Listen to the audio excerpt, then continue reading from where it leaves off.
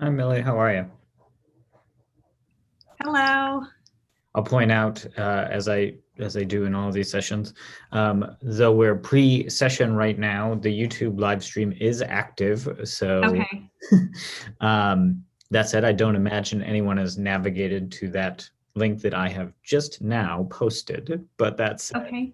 Okay. No worries. All right. I know Arlen should be joining us. Yep. I see Arlen now. And in a moment, we'll have some of my staff colleagues, and we'll have a chance to chat and get ready for our plan moving forward. Arlen, how are you? Hi, Jordan. Don't mind me just a little multitasking here. Yes. Oh no, we understand. How are y'all doing? We're good. We're Hey, good. Good. Excited. Oh, I know. yes. I think none of us wanted to do this all remotely, but I'm pleased with how things have come together. So that's good.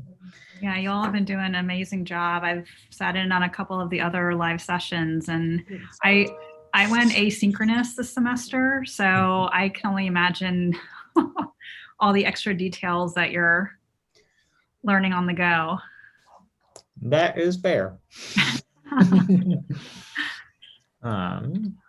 So let's see. In our session today, a little bit unique in that, so we have two sessions, one right after the other. And in terms of how that means that like our staff has to approach things, it doesn't affect your work very much. But that said, as I'll announce at the beginning, there are two sessions, and if folks want to make their way to another session immediately after yours, they can, and there's a separate Zoom link, as I'll announce. But what that also means is that we'll have a couple of folks, sort of in my shoes, assisting with the processes that you have going on. Mm-hmm. As it turns out, shortly after we start, some of us will have to go over to the other session and make sure that has this kind of setup in the same ways that you all do. So my guess is that it will probably be me and one other individual that vacates. But that said, we'll talk more when I have more of our ACT staff all together here. So, Okay. but as we are getting started, like, are there any questions, thoughts, anything on which we can provide assistance? What's on your mind? Yeah, I mean, so we have the PowerPoint in particular. Will I be co-host to be able to control the slides? Yep, we can certainly do that. Okay. Do you anticipate that you all would like to use breakout rooms as well, or is that not part of your? Okay. No, it is. It's a big piece. It's an interactive piece. So I was going to call on you as we've been practicing. So, or whoever's going to slide into your place as you head to the other one for setup.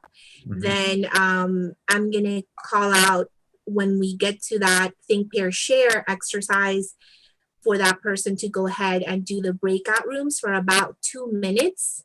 Yep. There is a prompt that will be on the screen for them to go back to, and then for everybody to return to the main room, and then we'll go ahead and take over that. But that piece for sure. So you also said you're going to be doing the opening. So we have a welcome slide as well that we go over just the etiquette as far as muting your mic. And then we wanted to maybe have the chat available to have folks post questions as we go through the session. And that way, the way we timed it, we're hoping to have at least 2 minutes or 3 at the end to address those questions, but that folks don't wait till the very end to have that available. Is that possible too? Yeah. So, I mean, I would say, and Lindsay, who's also on staff, Lindsay, say hello. Hi. Lindsay is not as quiet as her first hello made it sound. Oh, that's true. You're right. Hold on, that almost sounds like inappropriate of me. My apologies. Like, No. I'm no. Such a loud Anybody who's met me knows this is not a secret. Yeah, so my thought, we were just talking about some processes that we're going to put in place. So they want the capability for breakout rooms, and then additionally they want the chat to be available, which it will, where that's a normal thing. It's not restricted in any way. So my thought would be, I'll probably, as Lindsay knows, we talked about this recently, some of us will have to vacate to set up the next room. I think I'll probably end up making Lindsay the host of this meeting. Millie and Arlen, you two can be co-hosts. I mean, I don't know if that in effect well, you'll be able to share your screen, that's for sure. It's the default that individuals enter the room with their microphone muted. So, I mean, feel free to indicate that, but, and I would say our sessions have been good at adhering to guidelines about that. Once you get 50 people together, folks know that that's the polite thing to do. So the chat will be available. Lindsay can help facilitate your setting up of breakout rooms in the moment. You can just say, hey, Lindsay, can you set up some rooms for us? And you can, of course, specify if you want 3 people, 5 people, whatever. I would say as we get on the very low end, we do sometimes end up with individuals, if we were talking about 2, there might be, because of technical issues, only one person that goes into the room, the other person, something else came up or whatever, who knows? But for what it's worth. So let's see, I'm just trying to think. With regard to the chat and what Arlen, you mentioned wanting to do in the chat, I think that's a great idea. So, folks can feel free to use the chat as a place where they log the ideas that they have in mind. And then, just communicate that to them and say, we'll return to these ideas later. Feel free to insert them there so we have a record. Can I ask, with regard to breakout rooms, do you have a sense of what size you are looking for? And that can inform maybe how we go about, how Lindsay will think about setting them up when the time comes? We thought it could just be automatic based on the size, the number of folks. I mean, apparently there could be up to 300 folks in the Zoom. So yeah. I don't know if that's going to be the case, but the feature for the breakout rooms where it says to just automatically assign, we'll stay in the main room and then we'll have everybody else break. Okay. We can set it though, because when you click on make breakout rooms automatically, it does ask what size, and it will just make a random guess. And sometimes that random guess will end up producing 10 people groups, and sometimes that random group or guess will produce 2. So if you have an idea based on how much time you think there's going to be for the breakout room part and what you're envisioning they're going to be doing in there, it does help to know what a general ballpark. Yeah. So, and again, our understanding is that based on that number, that it can automatically put them in that, in however many to accommodate the size. So obviously if it's a think pair share, so we would love to just have two in there, but depending on the size, and we don't have a lot of time. So we're hoping to have 2 minutes for them to be in those breakout rooms, and then 3 minutes to come back to the main room, and then ask for 2 volunteers to share and maybe address or read some of the comments in the chat, and then we resume. So it's top 5 minutes that we have for the think pair share. Yeah, I don't know if that helps you, but Yeah. Millie, is that what we? Yeah, so probably 2 minutes total in the breakout room. We want to try and keep it intimate, but then also I know sometimes not everyone goes into the breakout room. So I want to try and, prevent that where it's just one person. So I don't know, like 3, maybe. Okay. That's what I was thinking. Because last night we had something, or yesterday, I can't remember. We had something where the presenter wanted just 2 people, and we ended up having a bunch of people we could see that were sitting by themselves in their room because their partner didn't join. So I think 3 is safe, and that will still end up producing some duets, But yeah, okay. Yeah. So now regarding the PowerPoint, are you guys going to pull that up? Do I need to share my screen for that, or you guys will automatically pull up and I'll have access to be able to control and move the slides? So I would say that, Arlen, I think probably the most straightforward way would be for you to pull it up, or one of your teammates, and share your screen, just so that for the sake of advancing the slides and things like that, you're totally in sync with the process. And if I'm not mistaken, you should be able to right now view. Are you able to share your screen right now on Zoom? Yes. I want to make sure you've got that authorization. I think that process will streamline everything. Okay, great. So then, and that doesn't interfere because we're all co-hosting as far as Lindsay being able to go ahead and do her breakout rooms when the time comes, right? That's correct. Awesome. Okay. By the way, that's Tom Pusateri, our executive director, Society for Teaching of Psychology. That's why he's here. He's, boy, if he doesn't know an awful lot about what we're all doing here. Okay. Right. Great. Anything else coming to mind for you that you want to sort out, questions about the process and things like that? I don't think so. Arlen, do you want to pull up the first slide? Yeah. Okay. I am. I'll go ahead and share the screen. And then I did have for the end, so we have a Q&A. And so Lindsay is hanging out with us until the very end because I know we have that next session. So then we just, once we're done with that, we just close everything, right? We just leave and okay. Yep, there's a separate Zoom room for the other one, and I will have already departed because I've got to go do this kind of setup there. But I'll announce at the beginning that it is a separate Zoom room, and for folks who want to go to the second one, I'll just say right at the very beginning of your presentation that they should navigate to that second Zoom room when this one is over. Okay, great.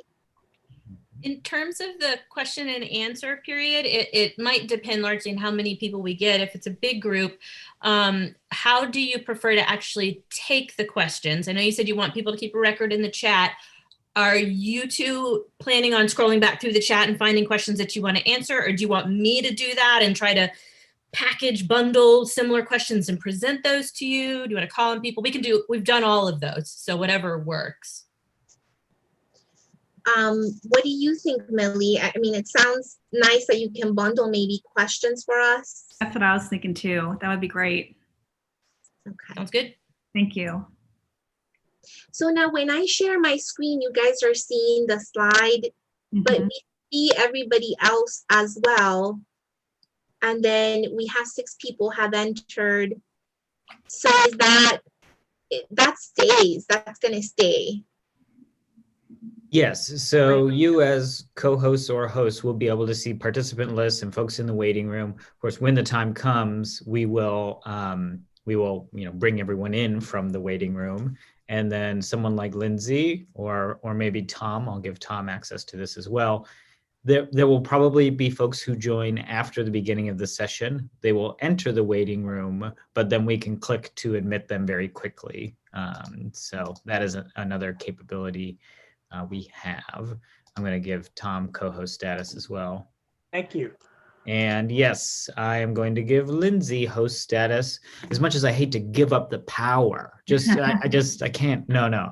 Actually, I'm you raise it. You raise a good point, Lindsay. I was going to do that just a moment ago. So Lindsay is now the host, and now because I am not co-host, I cannot see the waiting list. Okay. And just for your information, I'm taking some screen captures of sessions. So I did take some already with all of us and with the slides. So, and I'm going to try to leave the room as soon as I can with Jordan to get ready for the next session. Yeah, and I will probably depart about 10 minutes or so after the hour, just to make sure I can be ready to set up with our next folks. Okay. And Jordan, so you're gonna start off and then I can go ahead and, okay. Yep, I will keep it very brief. I know that there's not a lot of time in this session. Just one particular announcement I want to mention about the 2 separate Zoom links for folks wanting to attend both sessions. So I'll keep it short and sweet. Okay. Thank you. Mm-hmm. All righty, we are at 59. Getting close.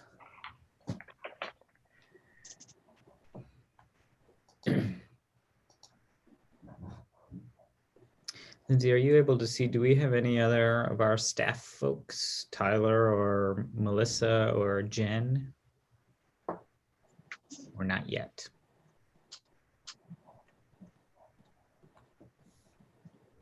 Not yet. Okay. We are at the hour. What do you think? Maybe we give it just like a couple of seconds and then bring them in? Like I want to capture everyone when we say welcome, but I also don't want to delay.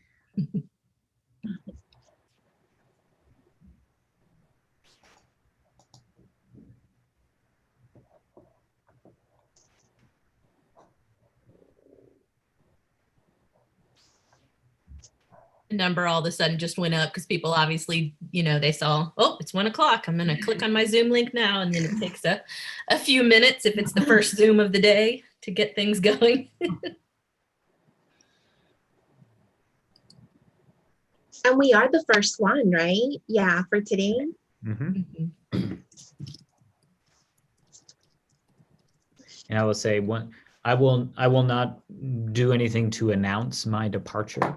So it's been a pleasure working with you all. Thank you, Jordan. Jordan. As some folks say, an Irish goodbye. I don't know exactly what the origin of that is, but I like it as an idea.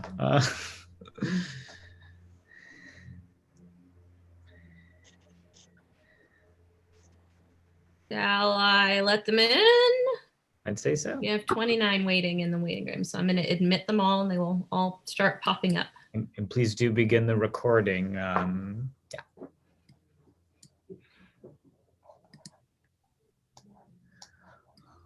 Alrighty. Hello. It looks like folks are filing in. Thanks so much for joining us. For those who don't yet know me, I'm Jordan Troisi, Director of the Annual Conference on Teaching. I just want to one quick note before we begin and hand it over to our presenters. For those who are interested in attending both of the sessions today, there's one at 12 Central Time and then another one at 12:30 Central Time.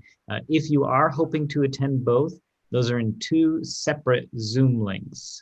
So you'll have to vacate this room and then enter the new one when the time comes. Just want to point out that little logistical piece of information. And now let me hand it over to our presenters. Thank you all so much. Thank you. Thank you, Jordan. So welcome everybody to the Society for the Teaching of Psychology, the annual conference on teaching, the virtual edition. And you are joining the session for Rethinking Diversity, exploring the interpersonal landscape of faculty in the classroom. Just some etiquette reminders to have your microphones on mute to avoid any background noise. Also, we are having interactive piece, and you will be assigned to breakout rooms. And it is 12 noon Central Time, 1 p.m. Eastern Time. Hi, everyone. I'm Dr. Millie Cordaro. I'm a senior lecturer at Texas State University. We are a Hispanic serving institution with almost 40% of our undergraduate students identifying as Hispanic Latino. And I'm Dr. Arlen Garcia. I'm a professor of psychology and student life skills at Miami-Dade College at the North Campus. My institution has 8 campuses across South Florida, and 71% of our students are Hispanic, 90% of our students are of color, and 51% of them are first-generation students. Arlen and I became friends during our time together at Florida International University in Miami. We were in the same developmental psychology doctoral cohort, and we completed our counseling training together. And we had the fortunate experience of being able to reconnect last year at ACT in Denver. And we had all these wonderful conversations about the multicultural context of our training during our doctoral studies. And then on my way back to the airport from the conference, I took an Uber, and the driver and I were having this conversation, and he looked at me in a rearview mirror and he said, "What are you?"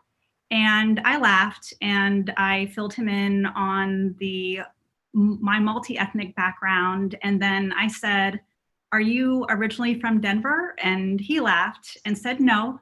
And he told me about where he was from and his experience coming over to the US. And the conversation, along with my experiences at the conference, reaffirmed to me that different people have different levels of comfort when it comes to discussing diversity or getting to know someone that they perceive to be culturally different from themselves. And this led us to Rethinking Diversity, exploring the intrapersonal landscape of faculty in the classroom. The literature on diversity is broad and all-encompassing, and the literature on race is quite varied. We're focusing on the intrapersonal factors of faculty and how it applies to the context of diversity, with the thinking that the intrapersonal influences the interpersonal. Therefore, as instructors, we are a very important aspect of creating a warm and welcoming multicultural environment for our student populations. So we want to provide what we know so far in the literature and inclusive pedagogy.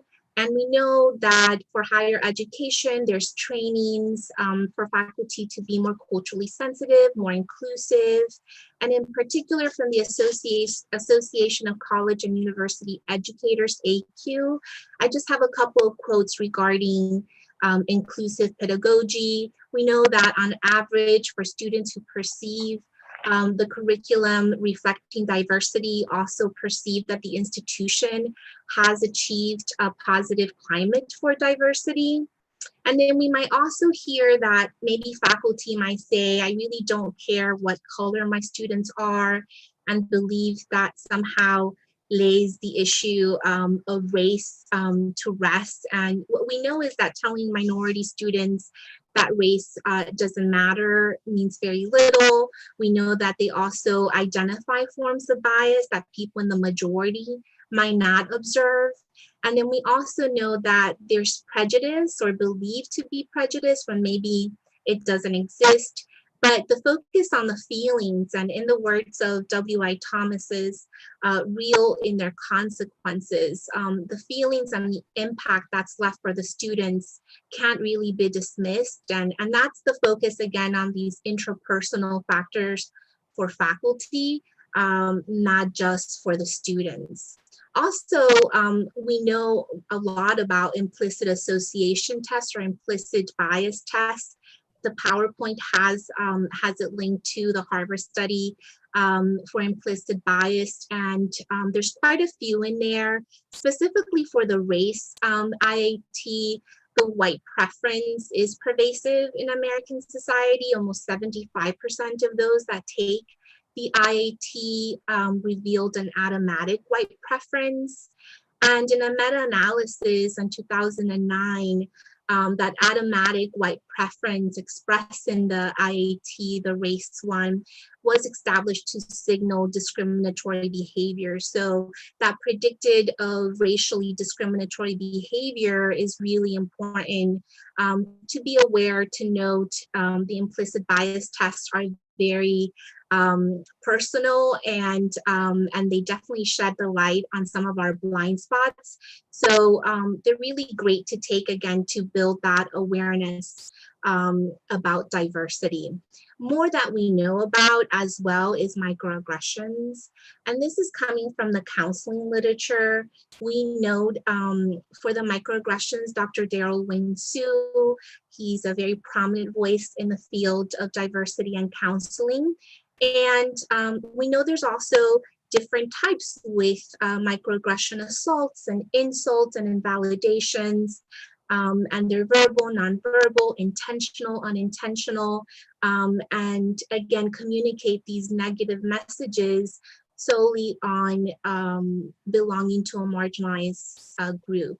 Also, it's important to keep in mind the context and that relationship where the microaggression is happening, and recognizing that. So we wanted to share, and Millie will share some of her experiences with microaggressions. Yes, so I have two little stories for you because I've been on both sides of microaggressions. Going back to my time at Florida International University as a graduate student instructor, I had many students who would sign up for my class with the assumption that my last name Cordaro was Hispanic because it's a very common surname for the Hispanic culture. And then when they would come to my class and they would see my physical appearance and hear me speak, I very much witnessed a range of reactions. And then I've also been the microaggressor. So again, going back to that time period in my life, I had office hours in an appointment with a student who came into my office along with their parents and their grandparents and their siblings. And I very much saw the situation through my own cultural lens. I wasn't able to meet them where they were at culturally, and I couldn't get past the question in my head, why are you all here? So it was a life lesson for me in cultural sensitivity, but then also acknowledging my own discomfort in negotiating cultural differences. Yeah, and Millie's examples are also a great point in the literature where they talk about the intention versus the impact that's left on the individual on both sides. And also what's called psychological noise, and how there's a microaggression happening in the classroom and impact in that learning process for the student, where they have to stop now and sort of deal and process with what just happened. I think with Millie's situation, the same way of just that friction or conflict of why are you all here? And so we want to focus on these two intrapersonal factors from the faculty perspective of personhood and cultural humility. So last year at ACT, I kept thinking about this notion of personhood. And personhood, it's an intrapersonal construct. It's actually from the counseling literature. And I want to make the distinction between personhood and identity. So if identity poses the question, who am I? Personhood asks the question, how do you feel? And so therefore, personhood, it's phenomenological in that it taps into the experiential aspect of our emotions. And so the way that personhood is operationally defined, it's the fragile core of the emotional dialectic of selfhood and otherness. And what that emotional dialectic refers to is the juxtaposition of conflicting emotions that we can have at any given moment and how those can influence our interactions.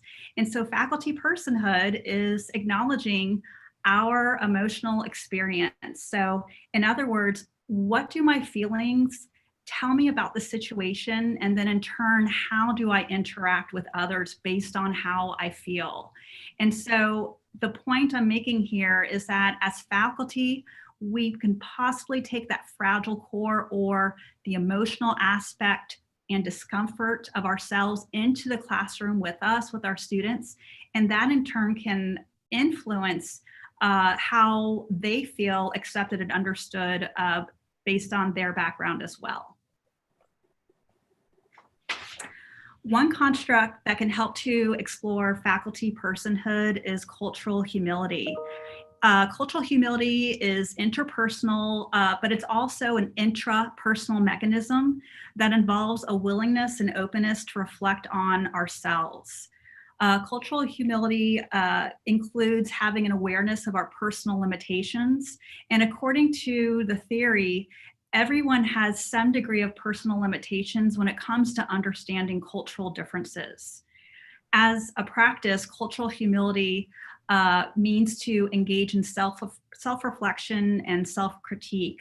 And what this means is that we are not experts of others' cultural differences. In fact, understanding the cultural differences of others and the notion of diversity can and should be a lifelong learning process.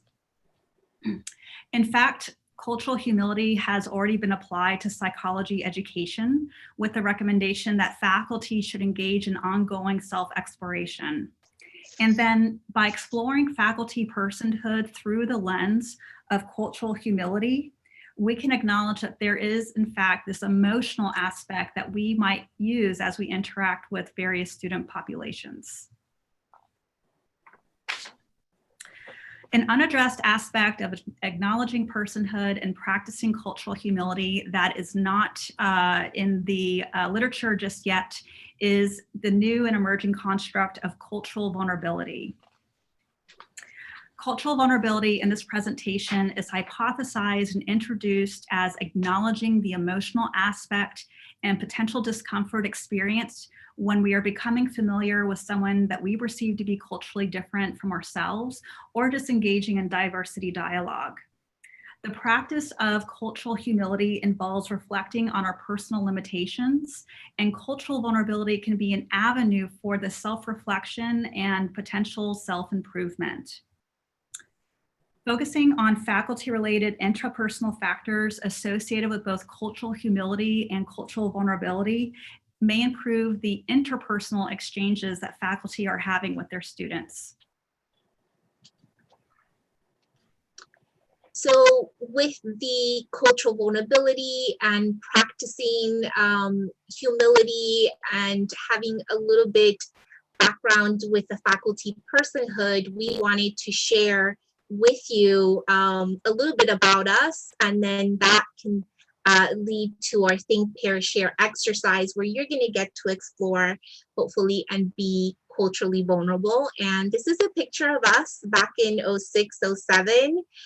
As Millie mentioned, we both went to the same doctoral program and we did clinical training together.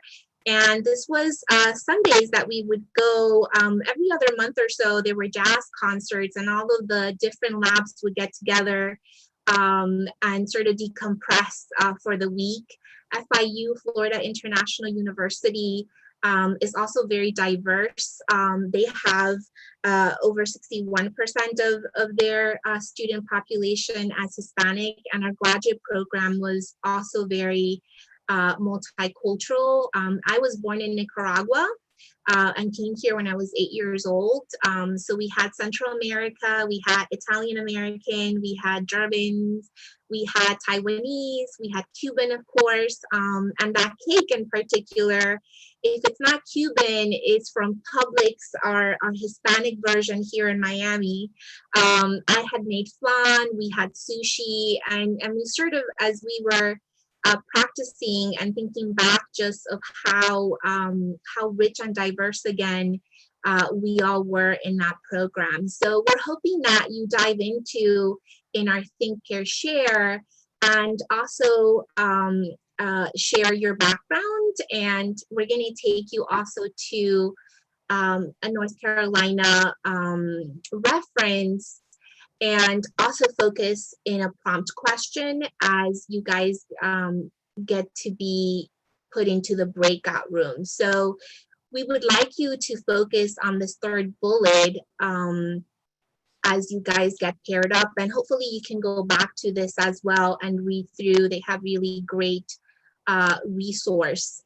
And again, this is linked in the PowerPoint. So the third bullet, recalling an experience in which your own difference put you in an uncomfortable position vis-a-vis the people directly around you. So what was that difference that put you in that uncomfortable position? How did it affect you?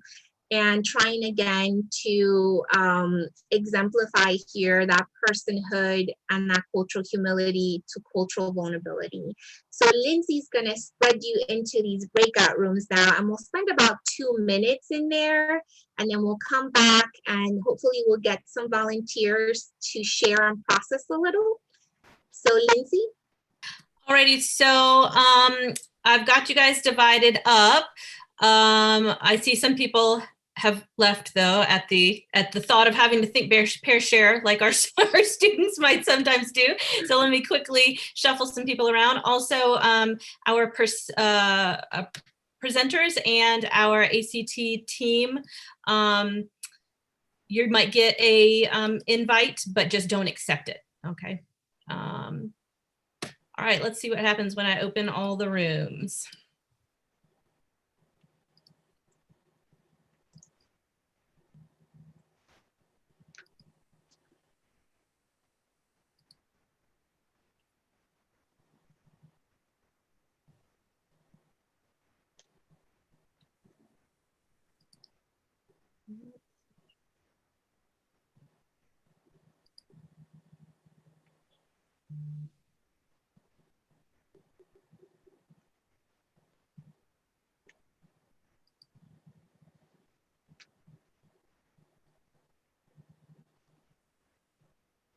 Those of you who are still in the room, let us know if you're struggling to get into your breakout room. You may be choosing not to participate, and that is fine, but let us know otherwise.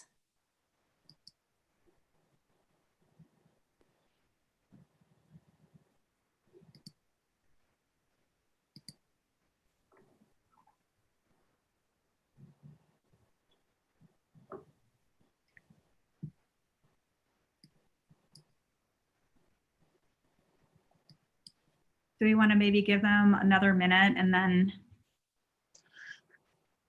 bring them back? Yeah, so how much time do you guys need for the remainder? Because it usually, I mean, some people just went in there, so you know, it's tough. Our presentation's pretty jam-packed with information, so. I think we're actually, so I'm looking at the time, so I think another minute would be okay. Okay. Yeah. So I don't know your familiarity with the way these breakout rooms work, but as soon as I say close all rooms, then they get a message that says that the rooms will close in a minute. And so I don't know if you want me to do that now. Now that does create anxiety the minute that for them. I know. I think we could wait a minute and then we can go ahead. And then, okay, yeah. Cool. And then click At least they'll say hi to each other. Yeah. Yeah. Thank you for doing that. Hi, Tyler. Oh, I was about to say that. I was like, oh, Arlen's present here. How are you? Good. Surviving. Surviving. Oh, no. I know. No, it's actually been great. This is the first time I've actually gotten to live with my wife, literally since we've been married. And so it's actually been amazing, pandemic aside. I know. I think that's the biggest plus, where we get to just be with our family or with our children. Yeah. And yeah, that's really nice. That was it. But my cat seems to be getting annoyed with me. She's finding like more and more intricate places to sleep throughout the day where I can't find her as easily. Oh my gosh. They were just saying how, now that people are returning and schools are opening, in providing the pets as well, a little bit of, slowly detaching, because they've been so Yeah. attached to you. Yeah. They get I will anxiety too. Absolutely. I will say when we come back, she is physically like a little distressed. I mean, you can tell that that's happening to her. Yeah. Would you like me to bring them back now? Yeah, I think that would be good. Okay. Thank you. They will get that message, and some will come immediately who are done, and then we'll see the ones who are going to the last second when they all pop in at once. Yep, they must all be talking because people aren't coming quickly. Maybe we'll just then do Millie just one person. Sure. Yeah, that That sounds way, good. yeah. And people haven't put stuff in the chat yet. They may in terms of questions, but just FYI. And we did at one point have 50, but it does seem to be that some academics don't like active learning. So even though that's what we asked of you. So the numbers go down sometimes when you're asked to participate. I think they switched to YouTube because the YouTube number grew. Oh, see, they Oh. just want that passive learning. That's what it is. Mm. Hey there, YouTube. We saw you. We know what you did.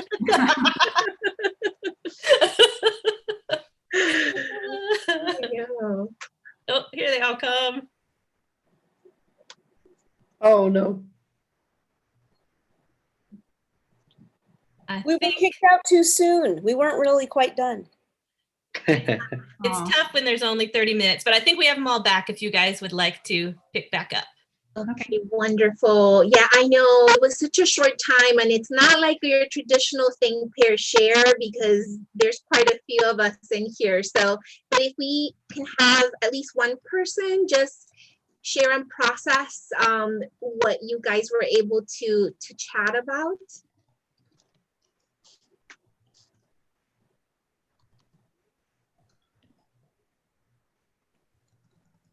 Do we have any volunteers? I can, if it's okay, if I just shout it out. Yeah, thank you, Jessie. Oh, yeah, you're welcome. I was with Craig and we were talking about, I think we were processing the unknowns of the other's experience, where we both had situations where we made others potentially uncomfortable, but we reacted to that potential discomfort and we couldn't tell if they were too. And so how do you navigate that situation where you want to be respectful and sensitive, but you also don't want to make a big deal if the other person was just like, I'm okay with that, or it was an accident, or it's fine. Do you have any thoughts about that? Millie, did you want to chime in?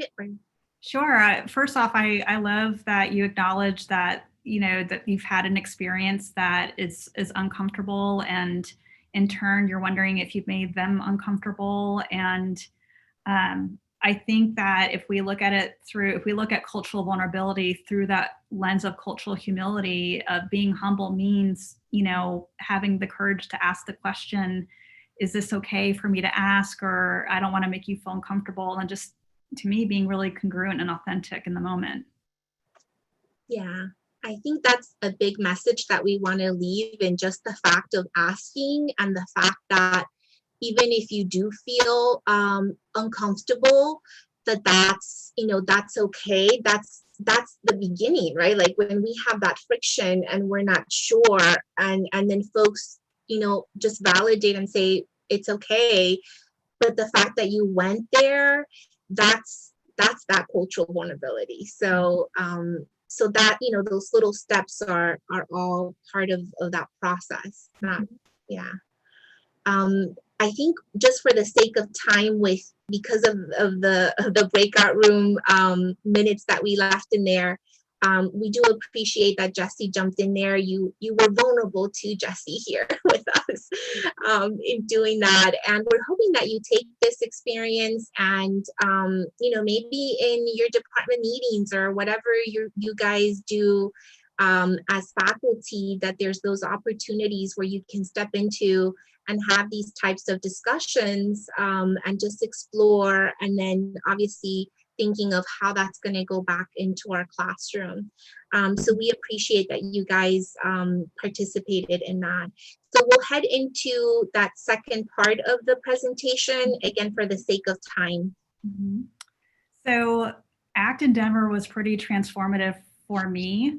When I got back to campus, I immediately began a scale development and validation study around cultural vulnerability, beginning with a pilot study.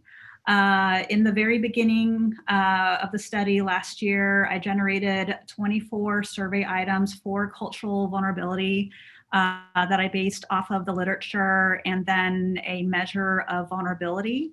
And I included one open-ended question: what does cultural vulnerability mean to you? And this was just to get some additional feedback about the construct, but then also to further inform the survey items. And so in the pilot study, those 24 cultural vulnerability items, along with the cultural humility scale and demographics, was completed by 200 undergraduate students at Texas State University via Qualtrics. So we performed an exploratory factor analysis using a 4-factor model fit on those 24 cultural vulnerability items. And fortunately, 12 of those items yielded strong statistically significant factor loadings. And then we also had 2 sub-factors emerge from cultural vulnerability. And these were discomfort and negative affect, which we have since conceptualized.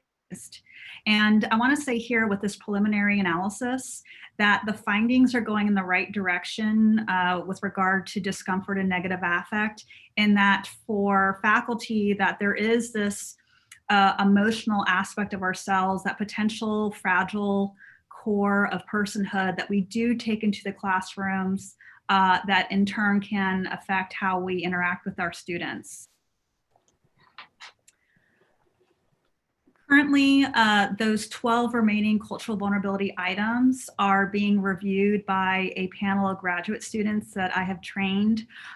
They are looking at the wording of those items, the clarity, and then I've also asked them to generate some additional items just in case there's something that we overlooked. And so once the items are established, again, the cultural vulnerability items, I plan to survey them with a new round of data collection, and then also include the cultural humility scale again, intercultural sensitivity scale, and a scale of ethnocultural empathy for construct validity, as well as demographics. I'm not going to spend too much time here, but I wanted to give you a glimpse of what the cultural vulnerability items look like thus far and how they are grouped by discomfort and negative affect. For those of you who are interested in the Cronbach's alpha here, it's right around 0.9. So in terms of the internal consistency of the items, they're pretty robust thus far. And we just have a visual of these intrapersonal factors with that cultural humility, faculty personhood preceding to that cultural vulnerability construct, and cultural empathy, as Millie mentioned, we're going to include that in the next round of data collection.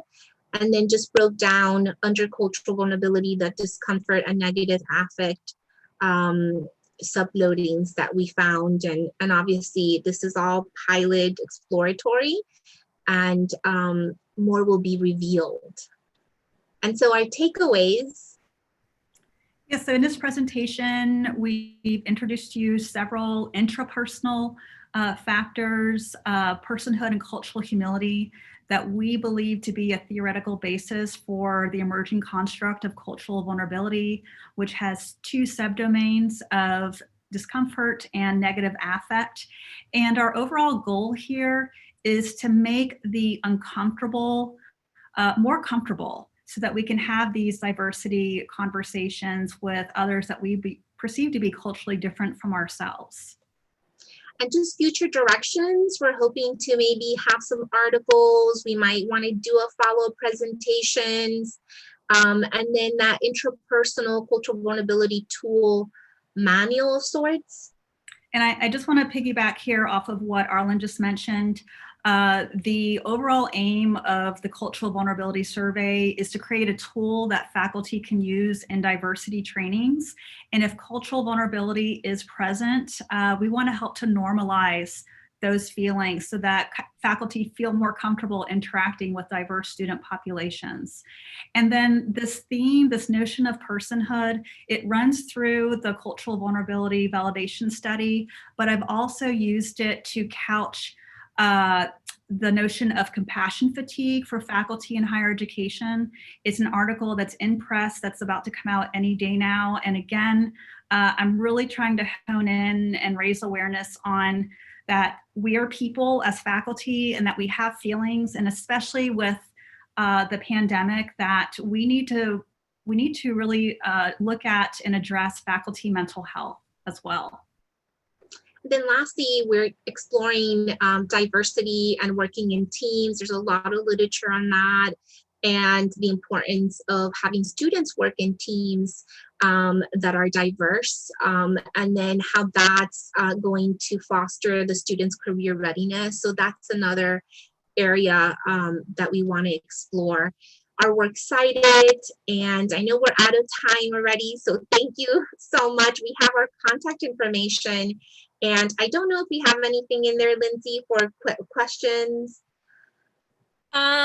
Mostly just thank yous and things like that. Of course, I want to say, if you're hoping to catch the Teaching While Black session, you're going to have to go into a different link. So go back to the Teach Psych website to pick that one up, and you can show up late, as I'm sure a lot of us will. But I don't know if Arlen and Millie, if you all are available to have any conversation. One specific question I see was whether or not they missed whether or not this was developed from a previous scale or completely developed from scratch by you guys. So funny that you asked that.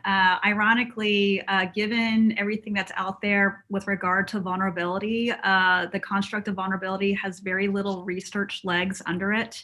And so I did try to adapt a measure of vulnerability, those questions, to cultural vulnerability. And unfortunately, those questions from the vulnerability scale were poorly written and were part of the 12 that did not load significantly with the EFA. All right, we also had a question about where can we find the scale / the slides. Oh, 2021. I'm happy to share the slides, and as I mentioned before, the questions as they stand, or the survey items as they stand right now, are available in the slide, but you know, like the faculty syllabus schedule, they're subject to change.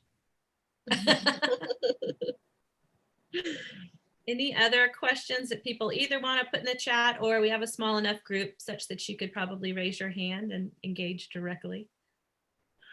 Yeah. And I think somebody I'm forgetting her name, but she had shared for the TPS, and then I think she had to go. So I know somebody had raised their hand. I think she went to the other session maybe.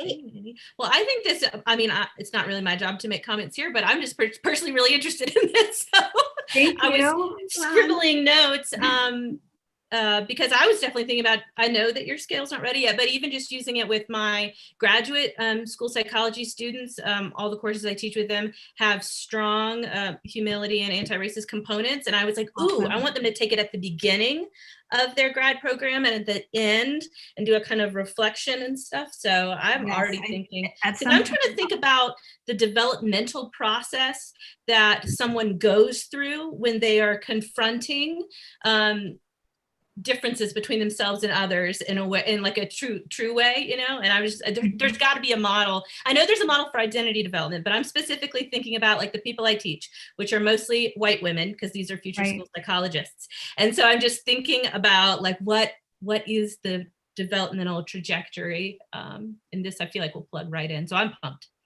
Awesome, thank you. And I Oh, know we have a question in the chat. Have you thought of also looking at acculturation in conjunction with this?